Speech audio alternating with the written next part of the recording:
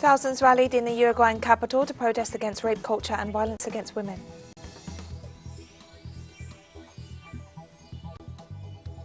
With the inauguration of the new president of Honduras, Xiomara Castro, the victims of the 2009 coup and their families are hoping for long-awaited justice.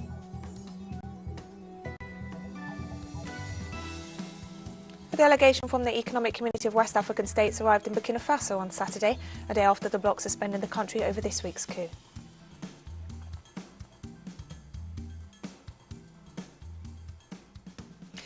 From the headquarters of TeleSUR English in Havana, Cuba, this is From the South, and I'm Katrina Goss. We begin in Uruguay, where thousands gathered in the capital, Montevideo, to protest against rape culture and violence against women. The mobilizations came after public outrage regarding a gang rape. Protesters marched through the capital's main square, calling for an end to sexual harassment and gender violence and for better sex education and concrete measures to protect women. Protesters demanded that rape, femicide, transphobia and racism be considered a national emergency. They also questioned remarks made by Uruguayan President Luis Lacalle following the recent case that shocked the nation. The protesters argued that his remarks indicated a denial of the reality and hid a very serious problem in Uruguayan society. Well, justice is needed. Justice has to be improved. The justice system has to be improved. Those who commit violence should not go free. The justice system keeps them free while they look for evidence. But meanwhile, the aggressors keep doing their business. And the victim is in the house in terrible fear. Her life has changed in 1,000 ways, and maybe she can't even leave the house. Assassinations, displacements, threats and stigmatization are the consequences of the armed conflict that residents of the Colombian department of Arauca are living. In response, social movements and human rights defenders mobilized in the capital, Bogotá, where they launched an SOS given the serious humanitarian situation. Our correspondent Hanan Tobar has the story. Social and human rights organizations arrived in the capital of Colombia to denounce the serious humanitarian situation that the department of Arauca is experiencing. In the first month of the year alone, around 30 people have been murdered, and the conflict has increased in this border zone with Venezuela due to the presence of armed groups. Unleashing aggression against the civilian population that with absurd and delirious arguments have caused the murders of civilians, attacks, kidnappings, displacements, confinement of entire communities, as well as the intensification of threats, accusations and forced recruitment of underage children. The situation was aggravated by a recent bomb attack on a building where social and human rights organizations operate in Saravina, Arauca, which left one person dead, several people injured and material losses. These organizations stress that these and other violent situations are the result of governmental disregard, non-compliance with the peace agreements, the lack of social investment policies, and farmers' refusal to resume the planting of illicit crops. In the department of Arauca, more than 10 years ago, small-scale farmers decided to eradicate illicit crops. We decided to plant wheat in order to commit to a better life, and in that way, we have also been fighting because as social movements, we have also opposed the replanting of illicit crops, precisely because of the social decomposition that it brings, and the deepening of the humanitarian crisis and the war that it brings to the territory. The government's response to this situation, they say, is far from the necessary comprehensive institutional aid. Instead, it has opted to increase its manpower, which only fuels the war that is being waged internally in both urban and rural areas of the department.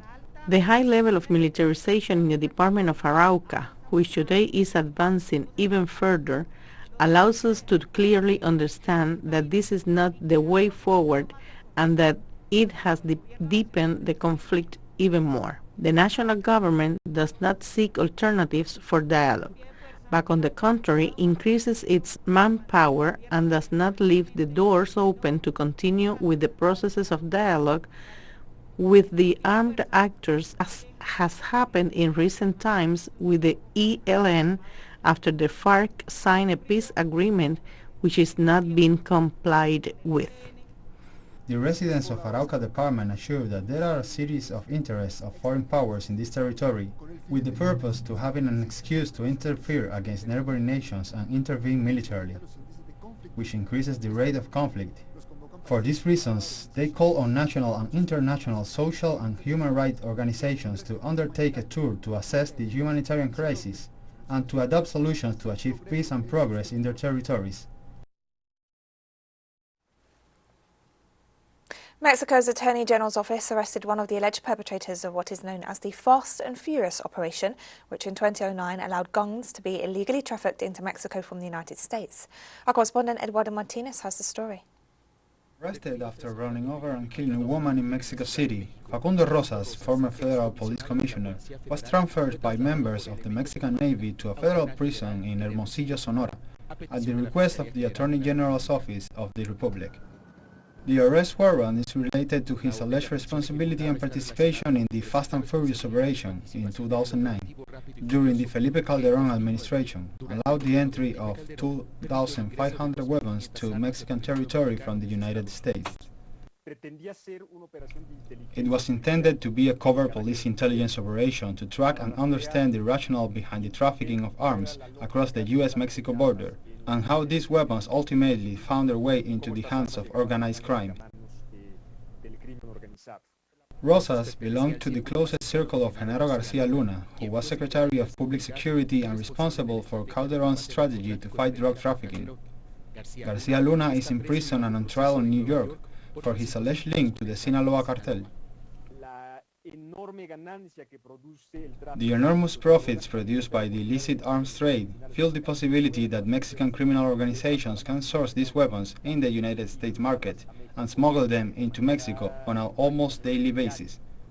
There is a structural situation that is linked to geopolitics and the way in which the war on drugs has been waged in the hemisphere for the past 40 years. President Andrés Manuel López Obrador referred to the former police commissioner's arrest. Instead of being something beneficial, it became a tragedy, because they used those weapons to murder people in Mexico and also to murder foreigners.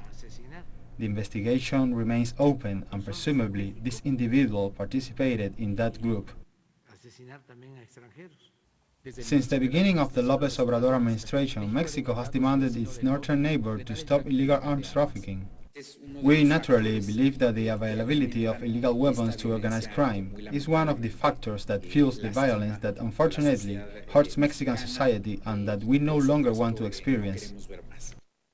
11 U.S. companies are being sued for the sale, manufacture and distribution of these weapons, which fuel the smuggling associated with the violence and drug trafficking affecting the country, which in 2021 left a toll of almost 30,000 deaths. Eduardo Martínez, TeleSUR, Ciudad de México. And we'll be right back after this very short break. Don't go away.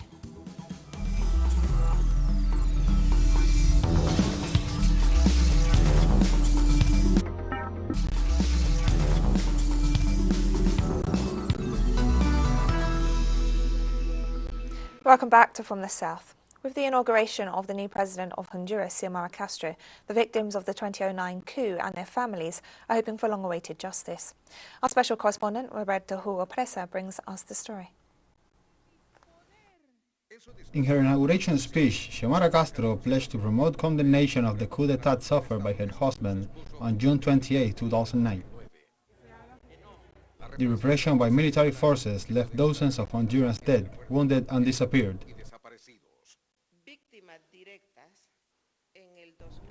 Regarding direct victims in 2009, in the first 4 months we recorded 117 fatalities. Then, when the illegal re-election and electoral fraud occurred, 37 people were killed.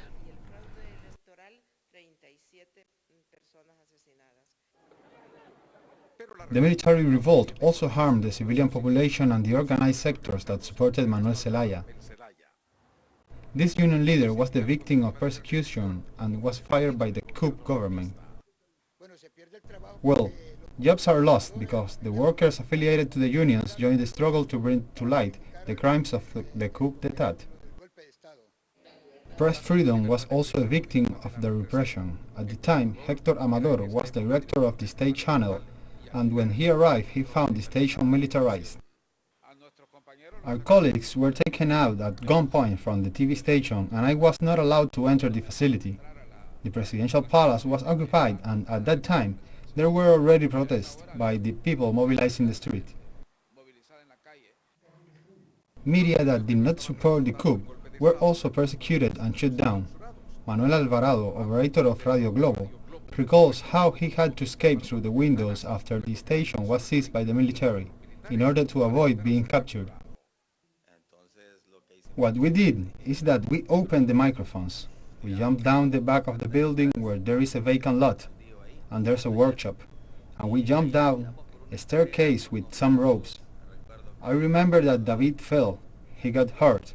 Ronnie also jumped from there, and I jumped down last. Former Honduran President Porfirio Lobo, who replaced the coup leader Roberto Micheletti, was a key player in the return of former President Manuel Zelaya to the country. He recalls how, together with Comandante Hugo Chavez, he coordinated Zelaya's return. Well, we met in Cartagena de Indias. President Zelaya could not attend that meeting, but he communicated and said he agreed with what was going to be done. President Chavez was well informed. If I remember correctly, he was accompanied by today's President Maduro, who was Foreign Minister at the time. And with me was Foreign Minister Arturo Corrales, so we discussed and we signed the famous Cartagena Agreement, which was not an agreement of impunity, far from it, as some sectors have claimed. It was an agreement so that the President could have the legitimate right he had as an Honduran to be here in Honduras, as well as his political rights, and that any situation that occurred with him or his government collaborators will be in accordance with the Constitution and the law. With the arrival to power of Xiomara Castro, the victims and their families whose rights were violated during the coup d'etat are confident in justice being done. The Argentine government announced a new debt repayment deal with the International Monetary Fund for the record debt acquired by the previous administration of Mauricio Macri. From Buenos Aires, our correspondent Carolina Silvestri has the details. President Alberto Fernandez announced the results of the negotiations between Argentina and the International Monetary Fund over the $44 billion debt acquired by the Macri administration. Governing is an exercise of responsibility. We had a problem and now we have a solution. We had a rope around our necks, a sword of Damocles, and now we have a path we can follow. Without an agreement, we did not have a defined horizon. With this agreement, we can organize the present to build a future. In comparison with other previous agreements signed by Argentina, it is good to remember that this agreement does not contemplate restrictions that delay our development. The key to reaching the agreement with the credit agency was the commitment of the Fernandez administration to gradually lower the fiscal deficit. It does not restrict, does not limit, does not condition the rights of our retirees that we regained in 2020. It does not force us into a labor reform. It promotes our investment in public works. It does not impose reaching a zero deficit, does not impact on public services, does not relegate our social spending, and respects our plans for investment in science and technology. Furthermore, we will be able to access new financing, precisely because this agreement is in place. On the other hand, Minister of Economy Martín Guzmán confirmed that the agreement will be sent to the National Congress for its analysis. We were able to reach an understanding on the macroeconomic framework and key policies for a new program with the International Monetary Fund. This general framework has two blocks. On the one hand, the macroeconomic policy outline. On the other hand, the so-called measures that promote medium-term growth and lasting stability. According to the minister, the understanding reached with the International Monetary Fund also mitigates the situation negatively impacting on the markets, with sharp rises in the value of the dollar and a fall in government bonds. The central bank will no longer systematically finance the treasury, but in a more normalized economy, the money supply can move in a way that is consistent with the evolution of demand for our currency. without putting additional pressure on exchange rates and therefore on inflation. There is a set of policies aimed at promoting the development of the sectors that have the capacity to generate hard currency in our economy, understanding that the productive bloc is fundamental when it comes to tackling inflation.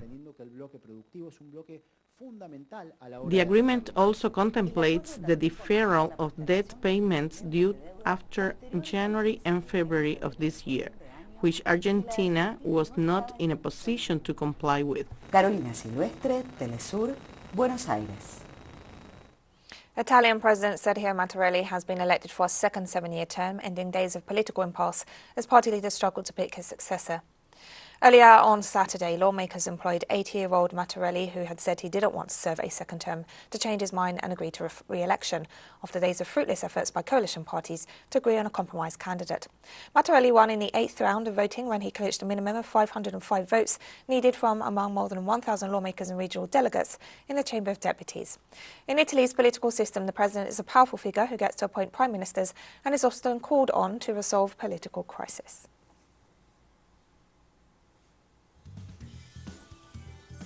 And we have more stories coming up after this final short break. Stay with us.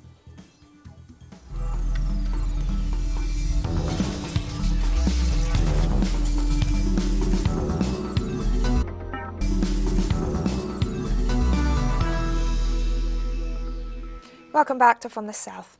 A delegation from the Economic Community of West African States arrived in Burkina Faso on Saturday, a day after the bloc suspended the country over this week's coup. A security source said that the delegation was holding a closed-door working session and that no statement was planned. The delegation is composed of representatives from Benin, Togo and Ghana. Ministerial-level Ecowas envoys are expected to arrive in the Burkina Faso capital on Monday. On Friday, the West African bloc suspended Burkina Faso, demanding the release of President Roch-Marc Christian Kabore, who is being held under house arrest by the army, as well as other detained officials. The once 15-nation bloc suspended 2 other members last year, Guinea and Mali, after military coups.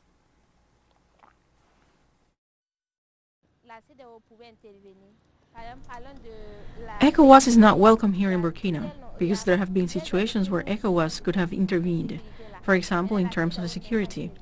For years we have suffered from this insecurity, but ECOWAS has not intervened. Now, if the military can help us to regain this security, I think we will go with the military and support them. If they are not legitimate to organize an army capable of defending the interests of ECOWAS states, they are not welcome in Burkina Faso. You see that ECOWAS is vast. It could have had a strong army to eradicate this terrorism. This terrorism was not even supposed to arrive in Burkina. As soon as it started in Mali, we could have eradicated it even before it got here. ECOWAS is not legitimate to intervene in Burkina Faso, quite simply because the people of Burkina Faso no longer agree with the various decisions taken by ECOWAS on Mali. We have seen the failure of ECOWAS in Mali.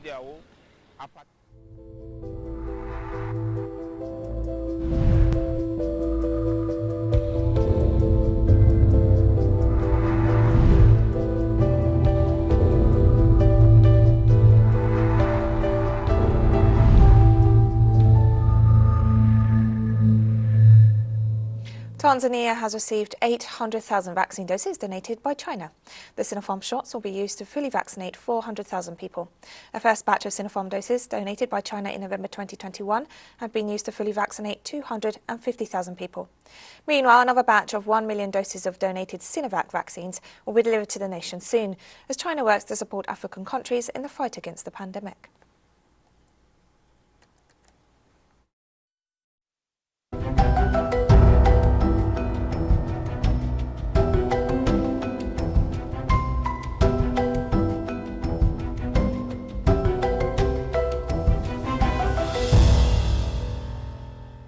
The governor of a province in eastern Thailand on Saturday declared a state of emergency to assist in the efforts to clean up a beach hit by an oil slick.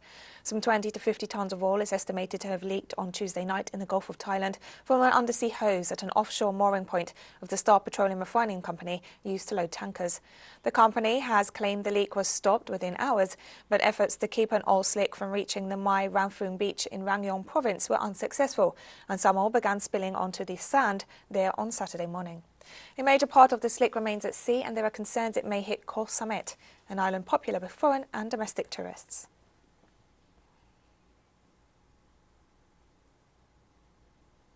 China continues to deliver aid to the disaster-hit Kingdom of Tonga following a volcanic eruption. A 33-ton shipment, which included tents, food, drinking water, personal protective equipment and walkie-talkies, was the latest of a series of aid sent by China in a mission that puts its military aircraft to the test and is helping to improve the long-distance support capabilities of the Air Force.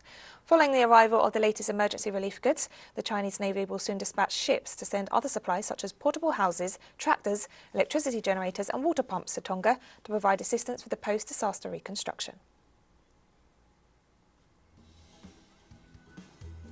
And we've come to the end of this news brief. Remember, you can find these and many other stories on our website at telesurenglish.net. You can also follow us on social media for all the latest news. We're on Facebook, Twitter, Instagram and Telegram. For TeleSUR English, I'm Katrina Goss. Thank you for watching.